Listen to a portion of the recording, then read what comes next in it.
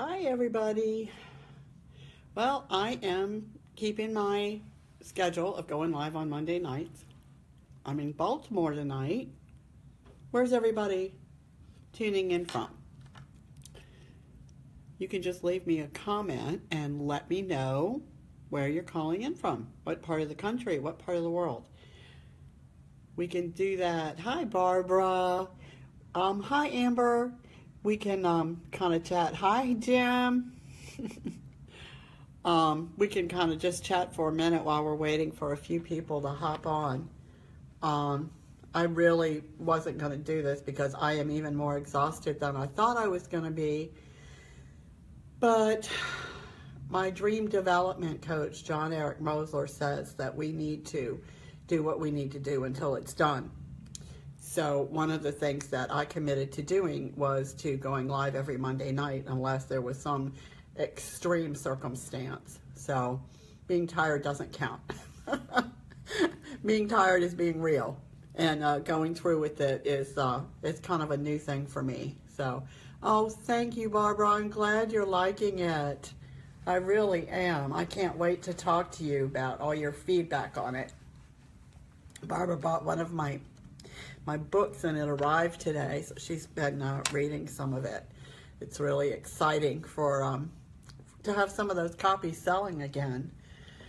Oh, okay, well, I said I'd start at 8, and looks like a few people have hopped on. Thanks, everybody. Good to see everybody. So I said in my comment that I posted that I would explain why I didn't sleep last night.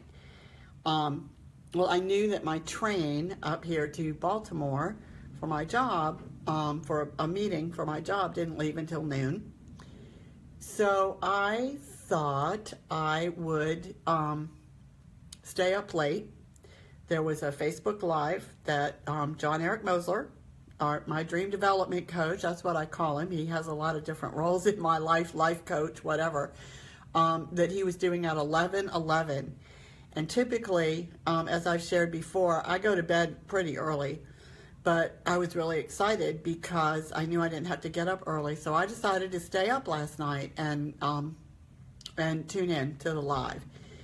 And honestly, I did kind of start to doze off towards the end, even though it wasn't very long, but it was very impactful. And I just felt so strongly about the impact it had on me that I wanted to share it with all of you. And I'll just start and then I'll explain why I'm seeming like I'm doing a lot of reading. I've got a lot of notes.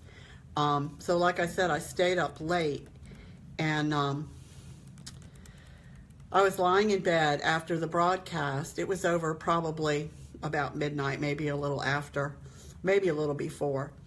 But anyway, I was lying there, and you know, on Sunday nights I don't always drift right off to sleep. I think from being off my schedule or just because it's Sunday night, I just have trouble settling down a lot and going right to sleep. So last night, my mind started just kind of kicking into Mega Drive. And I don't remember the exact comment that he made that got me going down this path, but I do know that he had made some kind of comment about one of the groups, and that if people had questions about their dreams or about something, that he or some of the other coaches would be able to answer their questions, or you know, would respond to some of their comments. And I assume that he meant not only the adventure team, who are the real experts, but some of us who have been involved in the program for a while. And I don't know why, but this dialogue started in my head. And I was just thinking, well, you know, he's talking about the other coaches. He can't be referring to me. He meant everybody except me, because I don't have the knowledge that a lot of the other people have. I don't have the experience, the life experience. I don't have a lot of dreams that have come true, so that I can, you know, talk to people about how to make dreams come true. So I popped up out of bed about 1:30. Because I had this huge realization after I finished having this really negative conversation with myself. And I didn't want to forget anything, so I jumped out of bed and went in the other room and typed up a lot of my thoughts. And one of the things that I had to recognize, and I think I'd either forgotten or stopped focusing on or whatever, is that I've had a lot of dreams already come true in my life. I guess I didn't think about them as being dreams necessarily. They were just things that I did. You know, I've owned several small businesses. I wrote and published a book. I worked for several years as a professional writer doing all kinds of writing, and I was able to make a decent income from it. But ultimately, all of them stalled eventually. And so I had this huge wake-up call. I kept asking, well, why? What was the reason? You know, I had 2 catering businesses. And so I started asking myself, why didn't I take that business to the next level? It had gotten to the point where I was renting a commercial kitchen 1 weekend a month. Why didn't I just hire somebody and start getting our full-time commercial space and just start the business? Why didn't I write another book? Why did I decide to stop writing full-time? Why did I stop teaching classes? Why did I stop speaking? Why did I stop my Christian storytelling? So it was why? And you know, honestly, it was kind of I started getting kind of mad at myself because I realized that I'd let a lot of those things just go. And I realized that it was because I didn't believe in myself, that I didn't believe I was skilled enough, talented enough, good enough, or that my dream wasn't worth the time and effort and investment that it would have taken to go to the next level. Or I didn't want to go out of my comfort zone. I didn't want to go to the next level because I didn't know what to do, how to get to the next level. And it would require relying on someone else. It would require admitting I didn't know everything. I don't know. I honestly can't go back in time and, you know, and know everything that went through my mind. But I'm pretty sure that one of the biggest things was just that I didn't believe in myself. Even when, you know, here I was charging right ahead with everything. And so then, you know, then I started getting really mad at myself.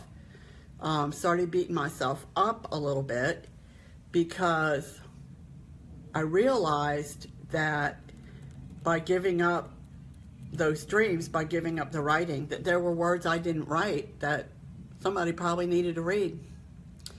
There were presentations and talks that I didn't give that somebody needed to hear what I would have said. The food that I was preparing, you know, somebody who needed it for whatever reason, time, convenience, nourishment, whatever, didn't get that.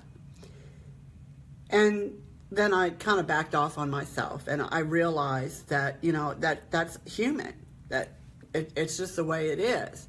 But what it did, what the good that came out of this conversation that I had with myself all night long was that I recommitted to myself that, you know, I'm not ever going to not go after a dream until it's done anymore. I'm going to keep working. I'm going to keep going to whatever level I know I need to go to. You know, and I'm a Christian. I very much believe in the Bible, and there's a verse that talks about every good and perfect thing is from the Father. Every gift, every grace, every talent, every skill and ability that we have was endowed to us by God. And he had a distinct and divine purpose for giving us those endowments, those gifts, those graces, those abilities. Because he knew that there was someone in the world who needed those. Maybe it was us, maybe it was the other people that we would impact by deploying all of those. And, you know, I just thought, how dare I? You know, it's really kind of arrogant to question God. You know, if he thought that this is what I should have done, then that's what I should have done, because he knows a lot more than I do. I was younger. I was more insecure, which is hard to imagine being more insecure than I am right now. But through the process, the good that came out of that process, that was very uncomfortable, and you know, it, like I said, it made me kind of disappointed in myself. But it also made me realize that I'm not the only one who's given up a dream. And it makes me so much more compassionate for other people who are living in the aftermath of that, with the disappointment, with the realization that they didn't do what they dreamt of doing for whatever reason. And, you know, sometimes there are legitimate reasons that we don't do it. I didn't have too many. I couldn't come up with any. So what I did, again, in the middle of the night, was I committed that, you know, this is it, that I am worthy, that I am gifted with certain skills and abilities and talents, and that God expects me to use them. And I'm going to start doing that. And I'm going to do it consistently. I'm going to do something else that I don't typically do, and that is that I'm going to be self-disciplined about it. I'm just determined that I'm going to do it until it's done, which is what has been, I'm not going to say pounded into us, but what was very strongly suggested to us, that, you know, just do it till it's done. Don't stop, don't make excuses. So I'm committed to doing that. I haven't worked out everything yet. I know there are several dreams that I want to reignite. And I'm not going to jump headlong into them. I'm going to try to be smart about it and methodical about it. So I kind of went through a few steps that I thought I'd share with you that I kind of worked through myself, and I thought they would be helpful for other people. So one of the steps to either start working on your dream or to move it to the next level. So here are those steps that I came up with. You may have some more. I'd love for you to leave a comment so that all of us can benefit. First and foremost is to find your tribe or your team, your cheering section. That's so important, because the world will knock us down in a heartbeat, and sometimes it's the people closest to us who will do that. But we have to find, maybe it's one person. For me, you know, Jim has always supported any dream I had, and I'm so blessed in that way. And there are others who have been there for me too. But, you know, you've got to find those people. You've got to find that group of like-minded people. And nowadays, you know, it's so great because you've got Facebook, you've got meetup.com, where you can go and find people who are meeting about just about anything you can imagine. And there's other groups and websites where you can meet people, not like dating sites, but, you know, where people who have common interests. And then I commit, and I suggest that we all commit to doing at least one thing every day to move our dream forward. These are some of the things that we picked up at our retreat, and also during the last year or so of the meetings and trainings that we've been doing. We were talking in the coaching group recently about taking a step, not necessarily the next step on your list. You know, if an opportunity presents itself and it's like 3 past what the numbered list that you had of the steps that you're going to take, don't not do it just because it's not in the same order of the list we developed. We have to be aware of the circumstances that present themselves and take advantage of them. So take a step every day, big or small, it doesn't matter. You know, we talk a lot about the 1% changes, and that's enough. That's right, Barbara, just go forward. And stop saying no one likes my posts, wants what I'm offering, wants to buy from me, wants to, you know, nobody knows who I am or what I'm doing. And we got shut down on that early on when we were informed that there were 1.2 billion people active on Facebook, and over 100 million people on Instagram. Whoops, no excuses. One of the things we've been learning is how to use Instagram and Facebook effectively and thoughtfully so that our dream is more compelling than the drama that's out there. So that our dream and what we have to say is compelling to people. If you're interested in upping your game on social media to help advance your dream, whatever that might be, we've got several levels of programs that you can join in, and some of them are absolutely free, and you get great information. We need to do what we need to do. We need to learn what we need to know to advance our dream. Talk to people who've already had success in achieving the dreams that you have, or who are farther along in their dream, and they can give you advice, or at least share their experience. And if the problem is that you don't believe in yourself, I suggest you start a journal. And that, you can just get a spiral notebook and write down every time you do something well, no matter how small it is. Maybe you went 3 days in a row you did 30 minutes of exercise. Write it down. Write down every single small step that you took toward your dream, toward improving yourself, toward doing something positive, because that's going to start changing the way your brain chemistry works. It's going to start changing the way you think about yourself. So that's a little hack that I think will be helpful, and it doesn't cost much either. Another thing that we learned recently was that you don't stop. It's okay to rest. It's okay to take a breather. It's okay to give yourself 24 hours, a weekend, a week, but set a date that this is the day I'm going to pick back up. Don't give up, don't stop, but it's okay to rest, to recoup and revamp and rethink things. So don't you dare quit.